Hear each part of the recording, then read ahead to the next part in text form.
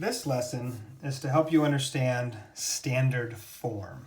Standard form is when we write polynomials with the highest powered term first, so in this case it'd be x squared, the next highest powered term second, which in this case would be x to the first, and our final term is our constant term, which is what we call a 0-degree term.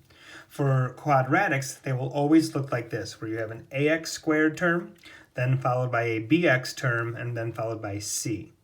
A, b, and c are real numbers, which means that they are numbers of the real number system. We tag a y equals in front, and now this is what we refer to as standard form. Any quadratic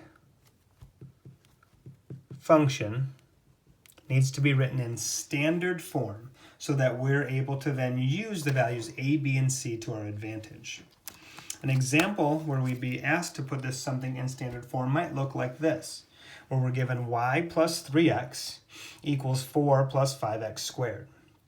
What we need to do is make this just say y equals. In order to make this say y equals, we're going to have to subtract the 3x from both sides. On the right-hand side, we have 4 plus 5x squared minus 3x. On the left-hand side, we have just y equals, because 3x minus 3x made 0. We've done a good job of making it say y equals like we wanted it to. However, this is not written in standard form. The highest powered term needs to be written first. In this case, the highest powered is squared, so we write positive 5x squared because there's a positive 5 out in front. Between 4 and negative 3x, the next highest power term is the first power here, so then we're going to write minus 3x. And at the end, we'll put plus 4. This allows us now to,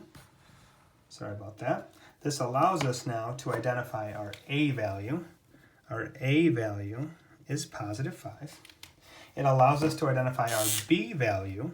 Our b value is negative 3. And it allows us to identify our c value. Our c value is positive 4. Writing in standard form is going to become very useful when we're asked to find the transformations of a parabola and what the graph will look like because of these a, b, and c values. It'll also be very useful in finding the axis of symmetry.